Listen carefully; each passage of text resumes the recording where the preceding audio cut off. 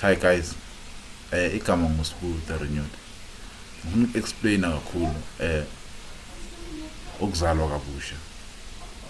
Noma ngithi explain ngensindiso kakhulu according to the understanding enginayo. Ukuzalwa umuntu makazelwe kabusha, uqala akasahlabeli amadlozi. Umuntu ozelwe kabusha futhi akasazifaki intambo. We don't practice izinto njengalezo. Amanzi asisakholelwa kulento lezo. Mawunenkinga, like you don't go to gogo wakho phahle and stuff. Don't go lowo muntu loyo usukazelwe kabusha, loyo ongasazenzi lezi zinto lezo. Umuntu ozelwe kabusha akaphuza utshwala, akabhemi, akabuye ebusuku, akahamba lala, akahambi enza izinto ezisinaks. Umuntu ozelwe kabusha, umuntu ozelwe kabusha uyalinda ukuthi aze ashade kuze athole umntwana or noma abe nomntwana.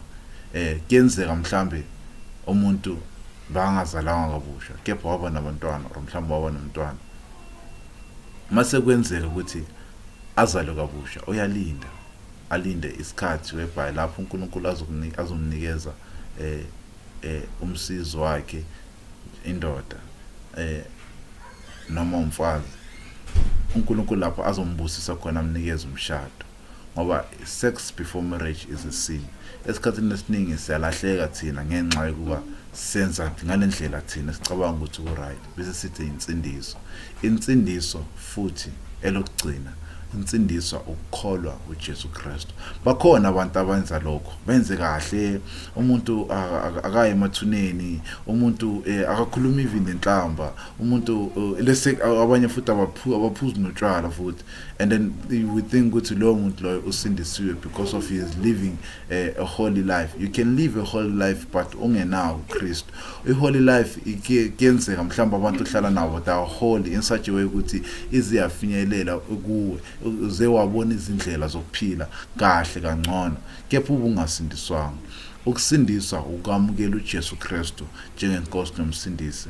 Uma ufunda incwadi kaMaroma, umpostoli Paul makachaza lokho athi uyavuma ngomlomo wakho ukuthi uJesu uyinkosi nomsindisi, bese uyakholwa ngenhliziyo ukuthi yebo uBaba wamvusa kwabafileyo, then lapho kuba ukusinda. So usindiswa ngaleyo ndlela leyo, and then bese uyahlukana nezinto zomhlaba, bese uyahlukana nakho konke. Ngiyazi ukuthi angeke ukuthi sindiswa namhlanje kusasa so chechile. When times goes on, kulapho uJesu Kristu ayenza khona wakho umsebenzi, akushintshe, akumolde, akuyenza ukuthi uma ukhuluma ungasakhulumi njengomuntu onolaka nakho konke lokho okuyize. Uyakususa uNkulunkulu kuwena njengomntwana kaNkulunkulu usumwamukelile uJesu Kristu. Ngicela uNkosi yomusa ibe nani kusuka manje kuze phakathi in Jesus name. Amen. Let's pray. May the grace of our Lord Jesus Christ, the fellowship of the Holy Spirit be with us now and forever. Amen. Ngiyabonga sithandwa zezulu. Amen.